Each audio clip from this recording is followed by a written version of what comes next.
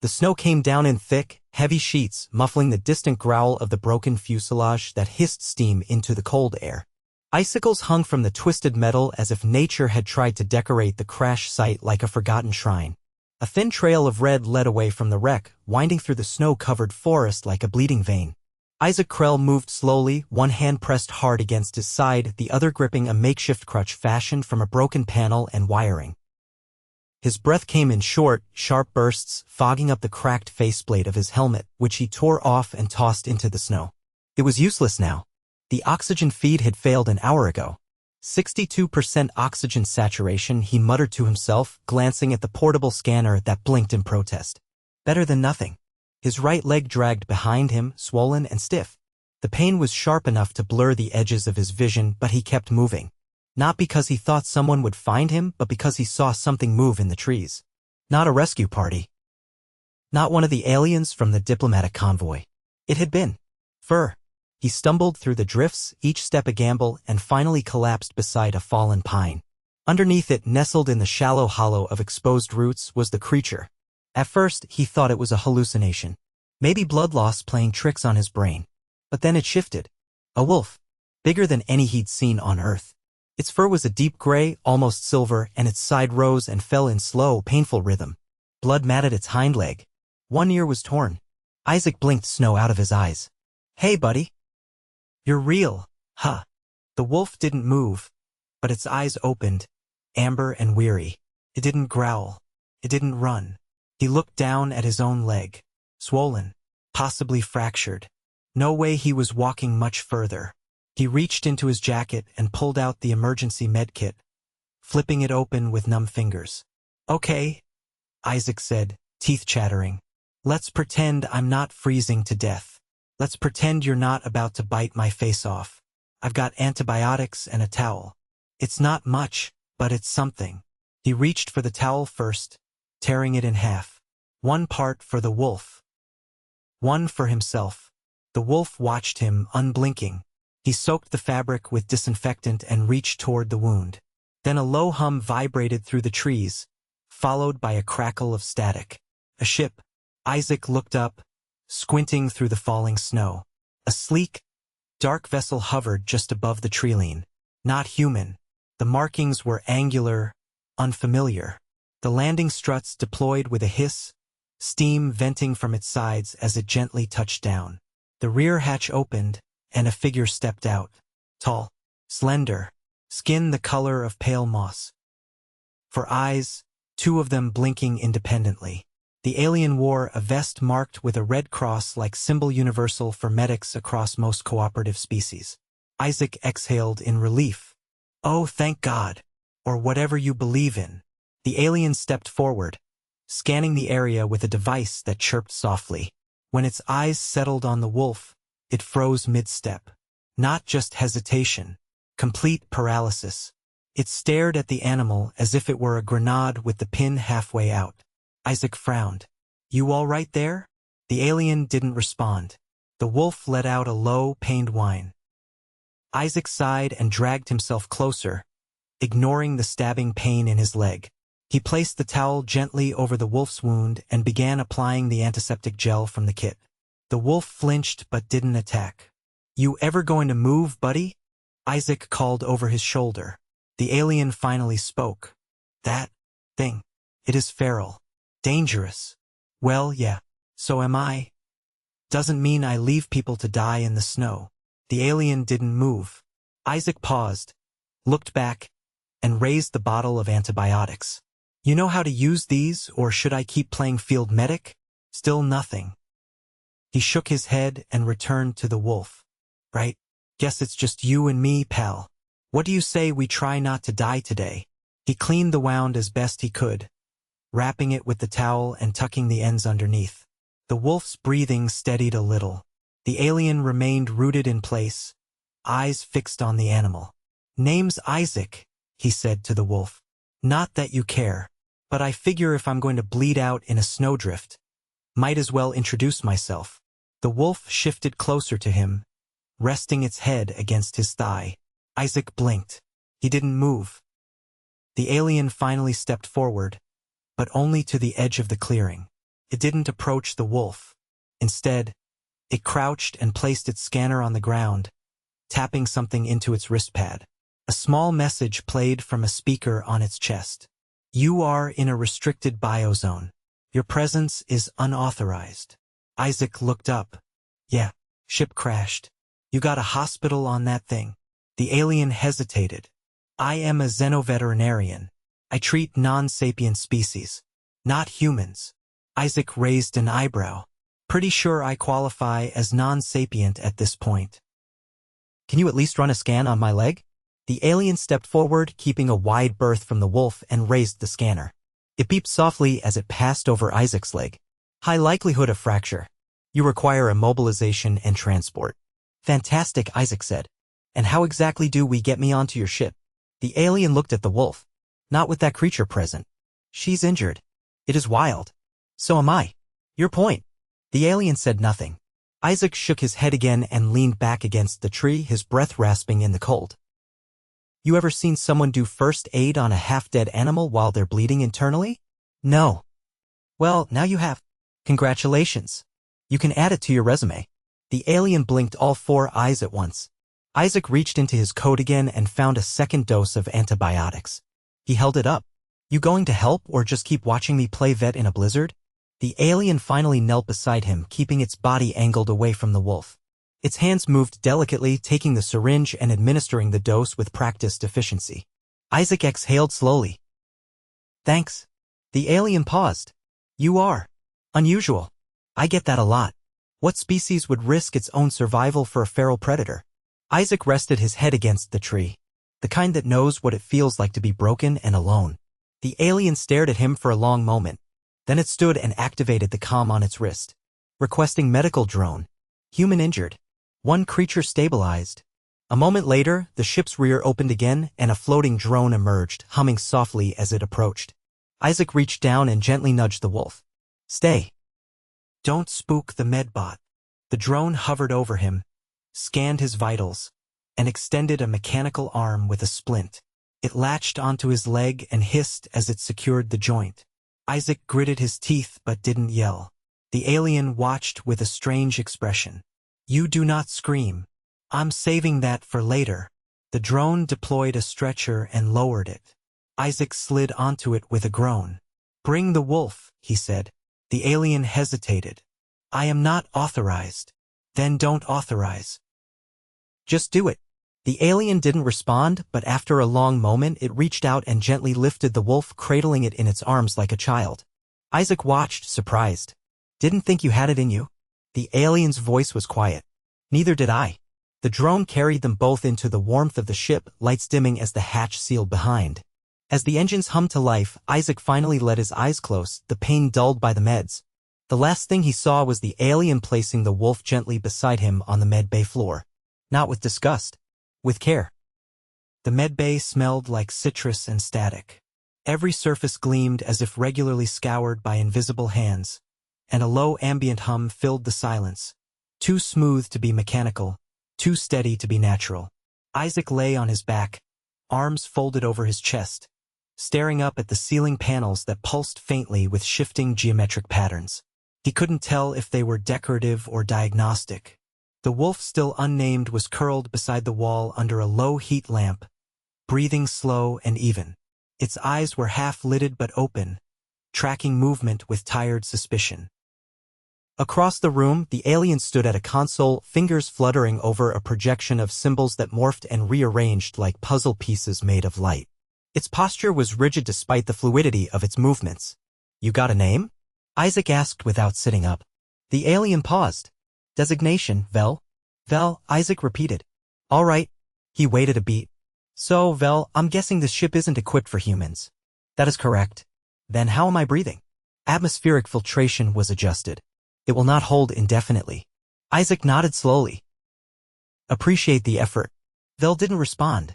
It continued calibrating something on the console, the lights shifting from green to a dull orange. You always this warm and fuzzy? Fuzziness is not a biological trait of my species. I meant metaphorically. I know. Isaac rubbed his temple. You're a real conversationalist. Silence again, punctuated by soft beeps and the faint shuffle of paws against the floor as the wolf adjusted its position.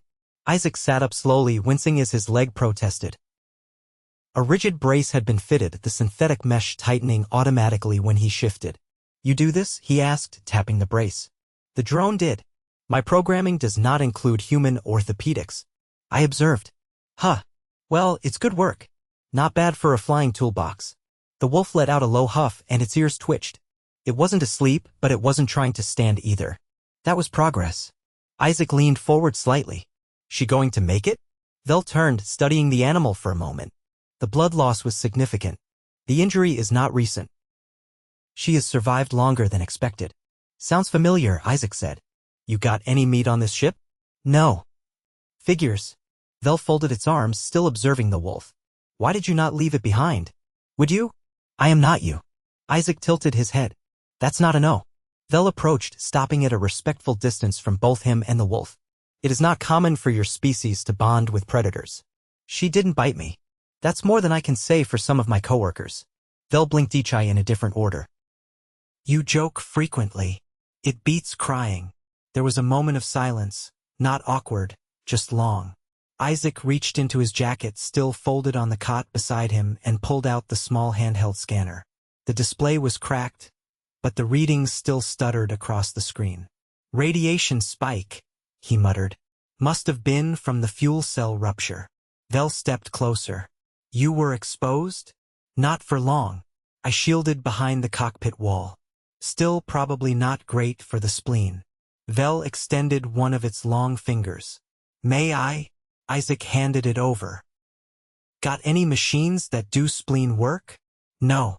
But I can synthesize a chelation compound that may reduce internal contamination." "Sounds delightful." The wolf let out a soft growl. Not aggressive, more questioning. Vell looked at her. "She is alert." "She's stubborn," Isaac said. "But yeah, alert's good." Vell moved to a side panel and retrieved a sealed packet. It placed it on a tray that slid out from the wall, and a moment later, the packet unfolded itself into a bowl of steaming, gelatinous paste. "What is that?" Isaac asked. "Protein synthesis. Nutritionally complete. For her or for me?" "Both. It adjusts based on proximity DNA." Isaac raised an eyebrow. "Fancy dog food." Vell tilted its head. "Dog?" Isaac waved a hand. "Never mind. You got a spoon." "I do not understand the relevance of spoons." Isaac sighed and reached for the bowl anyway. He took a tentative bite, tasted faintly of chicken and regret. The wolf sniffed the air, then slowly dragged herself closer to Isaac's cot. Her eyes locked on the bowl. Isaac looked at Vell. "You mind? She requires nourishment." He lowered the bowl to the floor and the wolf began eating, slow but steady. Vell watched closely. "She is adapting to the environment." "That is unexpected. Survival tends to bring out the best in us," Isaac said. Vell moved to the sterilization unit and placed the cracked scanner inside. "I will attempt to extract data from this device. It may help identify contaminants in your bloodstream. Knock yourself out." Isaac leaned back, watching the wolf eat. Her movements were still sluggish, but she looked stronger than before. The antiseptic bandage wrapped around her leg had dulled the bleeding, and her breathing came easier now. He looked around the medbay. "So, what's the plan? Drop me off at the nearest human-friendly port." "There is no such port within current fuel range." Isaac's brow furrowed. "You don't have enough to make orbit?" "The crash site is on the edge of the designated corridor. Fuel reserves were not intended for deviation." "You picked me up. You could have just left." Vell didn't answer. Isaac studied him. "You're not supposed to be here, are you?" Vell returned to the console. "My presence violates 3 non-intervention clauses." "But you came anyway." There was a long pause. "You were bleeding," Vell said. Isaac stared at the ceiling again. "Well, that makes 2 of us with bad judgment." Hours passed. The wolf slept. Vell remained by the console, occasionally glancing at the sterilization chamber. Isaac dozed in and out, waking intermittently to the ship's subtle shifts in pressure as something adjusted in the hull. Eventually, the chamber beeped. Vell retrieved the scanner and examined the results. Its expression shifted, barely perceptible to a human eye, then it walked over and handed the device back. "Your exposure was less severe than anticipated. The shielding was effective." Isaac took the scanner. Good news for my spleen. Vell turned to the wall and tapped a sequence into the panel. A schematic of the ship appeared, highlighted routes pulsing in red. I have initiated a low-yield reroute to a covert supply node. Unauthorized, but functional. Isaac sat up straighter. You're going rogue to get me somewhere safe? The alternative is death by systemic organ failure. Touching. Vell didn't react. Isaac glanced at the wolf. She coming too? She would not survive long if released. I will adjust internal climate settings. You're full of surprises. I am not. You are to me. Vell stood silent for a moment, then turned away. Isaac looked down at his leg, still immobilized, still throbbing. He reached for the medkit, opened it, and pulled out a hydration patch, a thin square that adhered to the skin and slowly released fluids. He applied it to his neck. You got painkillers? Vell retrieved a vial from a cabinet and handed it over. Dosage is weight-sensitive. Half only. Isaac measured carefully, then swallowed. The taste was metallic, but the relief was immediate. The wolf stirred, shifting closer to the cot again. Isaac reached down and rested a hand gently on her head. Vell watched. She accepts your presence. That is rare. I'm not exactly threatening right now. That is not the reason. Isaac looked up. Then what is? She recognizes injury and does not fear it. The ship rumbled softly as the new course engaged. Outside, snow drifted past the viewport like falling ash, and the trees thinned into open tundra. Somewhere beyond, a destination waited, unauthorized and unknown. But for now, the medbay was warm. The wolf was alive. And Vell, the by-the-book xenovet, had just broken 3 interstellar laws to save a stranger and a wounded animal. Isaac leaned back, eyes closing. Not bad for a first date, he murmured. Vell didn't ask what he meant. The supply node was buried beneath a mountain tucked behind a false cliff face some 200 miles from the crash site. It didn't announce itself with lights or signals, only a thin seam in the rock, invisible unless you knew exactly where to look. As Vell guided the ship through the narrow pass, Isaac watched through the forward viewport, eyebrows raised. You sure this isn't a cave? It is a shelter constructed to appear naturally occurring. It has been operational for 18 local years. Looks like a place someone would stash a body. That is not an uncommon use. Isaac glanced at him. You're joking. I am not. The ship passed through the seam and into a cavern lit by soft, amber panels embedded in the walls. The entry closed behind them without a sound. Inside, the temperature climbed several degrees. The walls were smooth and curved, and the air smelled faintly of minerals and ozone. No other ships were docked. No personnel greeted them. Safe house vibes, Isaac murmured. It is automated. I will access the terminal and retrieve supplies. The ship powered down with a gentle whine. As the systems went quiet, the wolf stirred from her spot beside the medical cot. She raised her head, ears twitching, then slowly stood. Her limp was still visible, but the swelling had eased. Isaac swung his legs off the cot. The brace clicked softly as he tested his weight. Vell opened the hatch. Remain aboard. The facility is uninhabited, but I must verify environmental stability. Right? Because if the air turns to acid, I'd like to be the second to know. The alien disappeared into a side corridor, leaving Isaac and the wolf in the stillness of the hold. He crouched slowly, holding out one palm. How we doing, girl? The wolf padded forward, nose twitching. She sniffed his hand, then pressed her forehead against his fingers. Her fur was coarse and damp near the healing wound. You're stubborn as hell, he muttered. I like that in a survival buddy. He retrieved a small ration cube from the mech, a dense, flavorless block meant to keep humans alive in worst-case scenarios. He broke it in half and offered it to her. She sniffed, then took it delicately between her teeth. Not gourmet, but it won't kill you. Minutes later, Vell returned carrying a black case with segmented compartments. Medical and nutritional stores have been restocked. Atmospheric readings are stable. You may disembark briefly. Isaac stood, his joints aching from hours of stillness. Good. Because I haven't peed since yesterday. There are sanitation units inside. Isaac followed him off the ship, the wolf trailing close behind. The interior of the facility had no sharp corners. Every hallway curved gently, every doorway rounded. The floor had a soft give to it, like walking on firm moss. It felt eerily quiet, the kind of silence that pressed into your ears. Built by your people? Isaac asked. No. By the Anthenari. They value seclusion. Seclusion, I get. This place feels like a meditation retreat had a baby with a spaceship. They reached a room with a circular basin in the center. Pale light pulsed from the ceiling. Vell indicated the basin.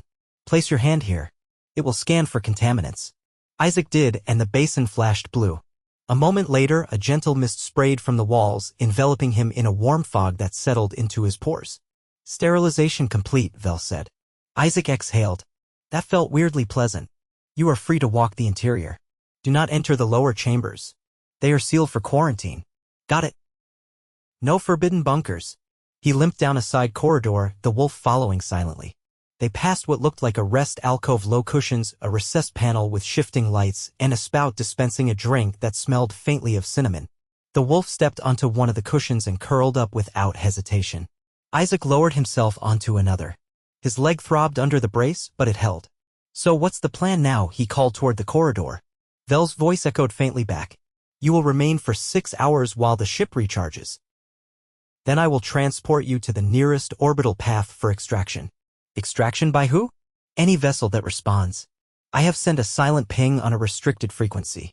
Isaac frowned. That's risky. I have encrypted the message. It will not be intercepted unless someone is actively looking. Comforting. He leaned back, eyes drifting to the ceiling. The patterns overhead shifted slowly, abstract visuals that made no logical sense but felt oddly calming. The wolf twitched in her sleep, legs kicking slightly. A dream, maybe? He reached over and gently scratched behind her ear. You're going to be all right, he said softly. 2 hours passed in silence. Vell returned with a container of warm liquid and handed it to Isaac. It contains hydration salts and protein compounds adjusted for your physiology. Isaac sniffed it. Smells like roasted peanuts and regret. He drank it anyway. Vell sat across from him, folding its limbs in a way that seemed impossible for a human spine. Its eyes fixed on the wolf. She is no longer in acute danger. That makes 2 of us. I did not expect this outcome. Neither did I. Vell hesitated. You could have prioritized your own survival. Many would. Yeah, well, I've never been great with math. One life versus another doesn't add up for me. Your species often exhibits irrational loyalty. Irrational's just a word for what you don't understand. They sat in silence again, but this time it felt easier. After the recharge cycle completed, Vell guided them back to the ship. The wolf moved more confidently now, her gait steadier, eyes alert. She stepped aboard without prompting. As the hatch sealed behind them, the facility lights dimmed automatically, casting long shadows across the walls. The ship powered up with a smooth vibration, and the amber glow of the cavern faded from view as they lifted back into the sky. Isaac settled into the co-pilot seat. Vell took the controls. Trajectory locked, the alien said. Estimated intercept with orbital lane in 47 minutes. Isaac nodded. And after that, you will be transferred to a human vessel. Medical care, debrief. This incident will likely be classified. Sounds about right. There may be questions. There always are. Vell adjusted a dial. You may keep the animal. No sensors flagged her as biologically prohibited. Isaac blinked. Wait, seriously. She is not considered invasive. I have marked her as a protected specimen. Isaac looked down at the wolf, who had curled up beneath the console. She needs a name. Vell didn't reply. Isaac thought for a moment. How about Ash? The wolf lifted her head, ears flicking. Appropriate, Vell said. They broke through the atmosphere, stars blooming across the viewport. Far ahead, a beacon blinked faint, but unmistakably human. A rescue vessel responding to the encrypted ping. Isaac stretched, wincing slightly. When they ask what happened, what are you going to say? I will file a report indicating an unauthorized deviation for emergency bioform retrieval. Clean. They will not question it. Isaac smiled faintly. You ever do anything like this before? No. You going to do it again? I hope not. The ship slid into alignment with the oncoming vessel. Automated docking protocols engaged. Ash stood, tail lowered but steady. She walked to Isaac's side and sat, watching the blinking light grow closer. Vell stood. Docking in 3 minutes. Prepare for transfer. Isaac rose, bracing on his good leg. You know, for a guy who doesn't like bending rules, you're all right. Vell's voice was calm. You are the strangest patient I have ever treated. Thanks. I try. As the airlock cycled open, Isaac looked back once, meeting Vell's gaze. No regrets. Vell blinked once. Only curiosities. Then the hatch opened fully, and the cool, sterile light of the human vessel spilled inside. Isaac stepped forward, Ash at his side, leaving the quiet warmth of an alien ship behind. No alarms, no farewells, just a man, a wolf, and an alien who had broken 3 laws to save them.